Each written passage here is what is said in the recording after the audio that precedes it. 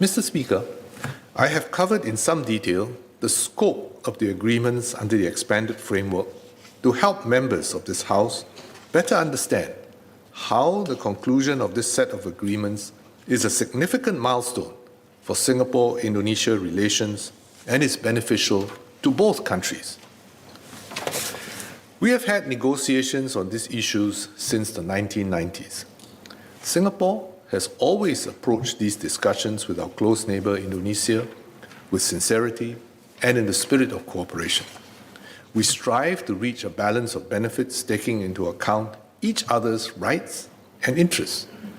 This was our approach in 1995 and in 2007, when we had previously reached agreement on these issues, though the agreements had subsequently either lapsed or could not be implemented for reasons beyond our control.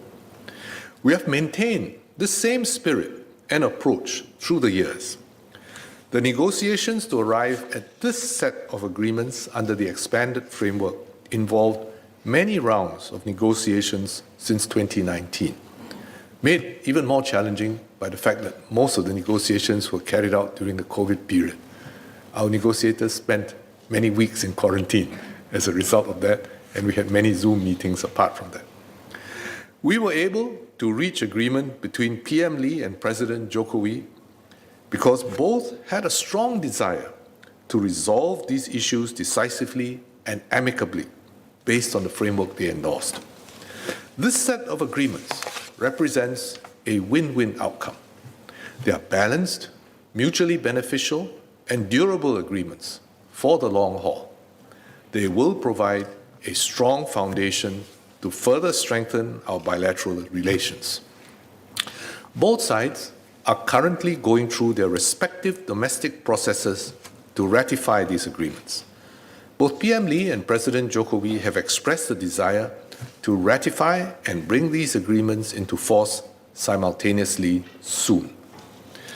Mr. Saktiandi Supat and Mr. Pritam Singh asked what will happen at the end of the 25-year duration of the FIR agreement.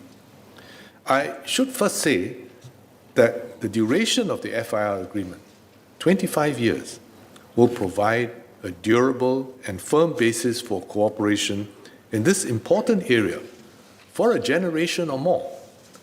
The focus of both sides now is to implement this set of agreements by bringing all of them through our respective domestic processes, and in the case of the FIR, subsequently to ICAO.